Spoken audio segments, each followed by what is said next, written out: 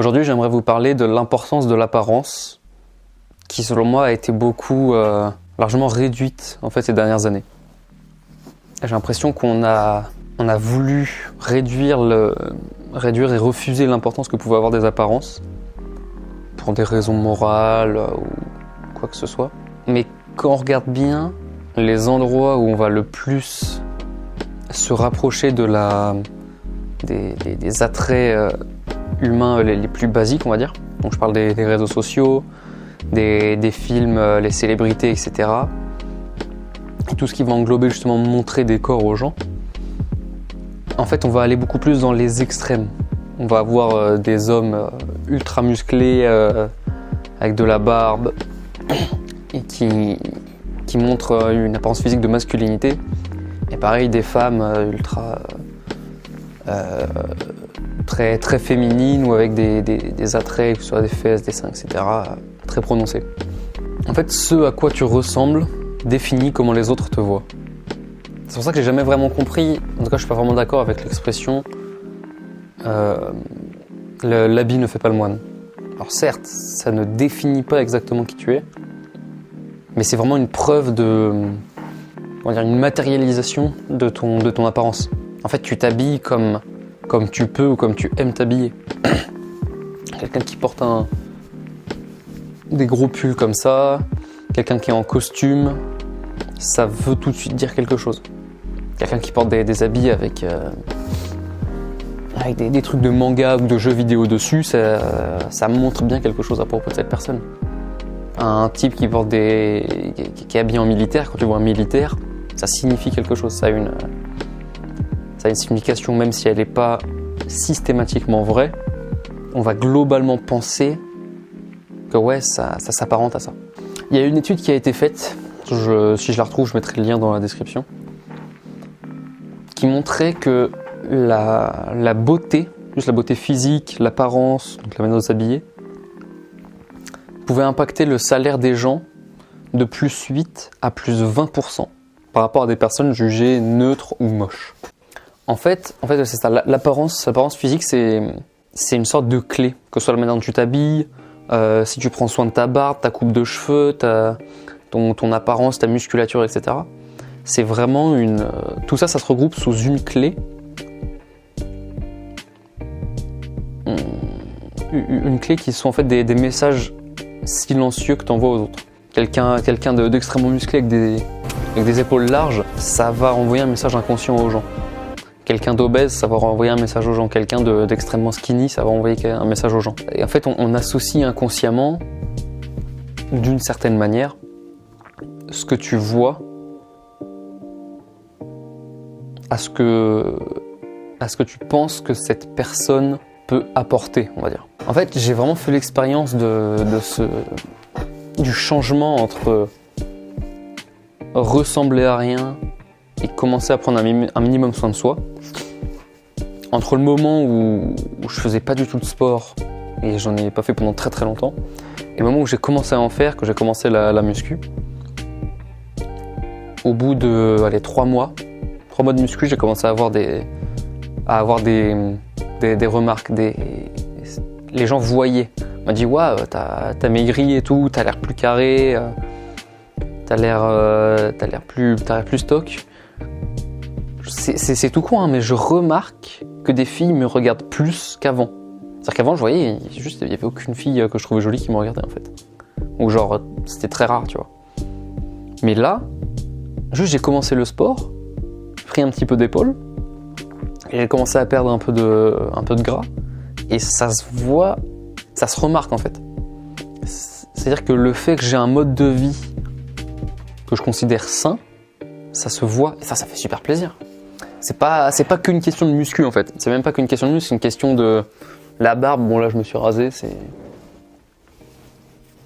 la barbe, les exercices que tu fais pour ta mâchoire, ton visage d'ailleurs. Tu peux faire énormément de choses en fait pour changer ton visage. Au lieu d'avoir le double menton, là en fait ça peut se perdre. Le fait d'avoir la mâchoire comme ça en arrière, ça peut se perdre aussi. Tu peux En fait, oui, il y a vraiment plein de trucs que tu peux faire, et en tout cas que énormément de monde peut faire pour être plus beau. Et ça, rien que ça en fait, rien que le fait de prendre soin de soi, ça se voit, tu renvoies le message aux autres. Même si tu l'acceptes pas, même si tu refuses, même si tu dis ouais mais c'est pas tout le monde machin. Ok, c'est pas tout le monde, il y a des gens qui arrivent qui d'une certaine manière pensent pouvoir passer au-dessus. Mais globalement, les gens réagissent à la manière dont tu te présentes en fait. Une étude qui a été faite sur les gars qui arrivent le plus à rentrer avec des filles en boîte de nuit, plus grands. En fait, plus les hommes sont grands dans les lieux comme les discothèques, plus ils vont avoir de chances de rentrer avec une fille. Parce qu'on a une partie ultra ancienne dans notre cerveau qui a gardé certains instincts animaux et qui se dit ok, ça c'est des gènes, c'est c'est de l'ADN avec laquelle j'ai envie de me reproduire. C'est comme ça que je veux que mes enfants, cette personne a le plus de chances de faire en sorte que nos enfants puissent vivre, voir le monde et se reproduire, etc. Donc notre partie ancienne du cerveau là, elle va inconsciemment dire ça. Alors ça se remarque encore plus, comme je disais dans l'intro, dans les réseaux sociaux, dans les films avec les célébrités, parce que justement on n'a plus vraiment ces filtres, c'est l'exagération du truc, tu vois. Je parle pas du tout de critères de civilisation ou d'époque. Hein. Chaque époque a eu ses standards, de beauté. Par exemple, au Moyen-Âge, c'était bien vu d'être gros parce que ça renvoyait l'image de l'abondance de nourriture et donc de pouvoir en fait. Je te parle pas non plus des critères subjectifs, hein. Il y en a qui préfèrent les gens avec certaines formes, il y en a qui préfèrent les cheveux longs, les cheveux courts, c'est pas ça, c'est l'image inconsciente que tu renvoies sur la globalité. Il y a des gens qui n'aiment pas les gens musclés, mais ça renvoie quand même une image, je te parle pas que d'attirance là-dedans.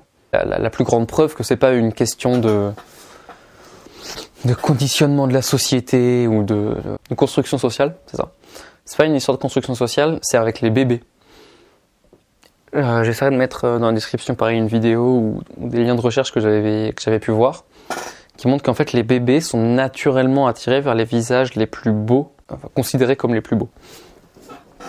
Et justement s'il y a un bébé, je parle d'un bébé, c'est des enfants de moins de 1 an carrément, donc ils n'ont pas encore eu le temps en fait d'être impactés par la société.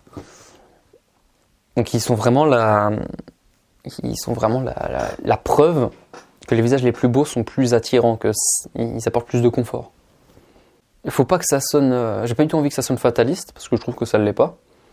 Parce que l'immense majorité des gens qui regardent cette vidéo-là, ils ont les moyens. On a les moyens, les gars. On a moyen d'être au moins un petit peu plus beau que ce qu'on est maintenant. Ou en tout cas, on a le potentiel.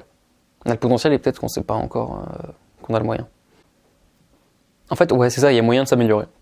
Il y a juste tout le temps moyen de s'améliorer. Moi, je fais de la muscu, j'ai découvert quelques exercices faciaux comme le mewing. Le fait de...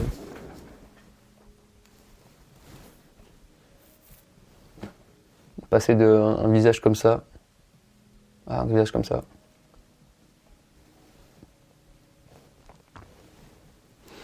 Ça, il y a pas mal de vidéos dessus. J'en ferai sûrement une vidéo, un de ces 4.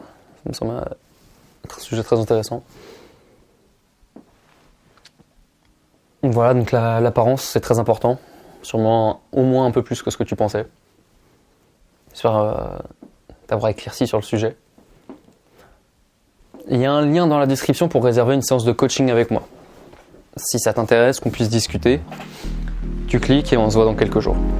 À la prochaine.